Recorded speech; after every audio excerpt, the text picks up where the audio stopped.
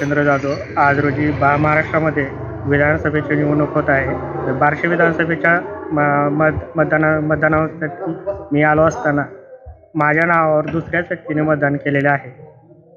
मी केंद्रप्रमुखांची विचारणा केली असता तुम्हीच मतदान केले आहे असे बोलून मला बाहेर काढलेले आहे. तरी संबंधित केंद्रप्रमुख व इतर कर्मचारी यांची चौकशी व्हावी व मला माझा मतदान करण्याचा अधिकार मिळावा.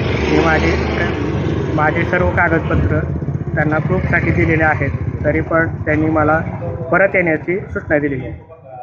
तुम्ही मतदान केल्यानंतर जे तुम्ही आयडेंटिटी दाखवलं त्यातला फोटो आणि त्यांच्या यादीमधला फोटो बघितला का त्यांनी पाहिलेला आहे, पण तुम्हीच मतदान केलं असं सांगतात, पण मी मतदान केलेलं नाही.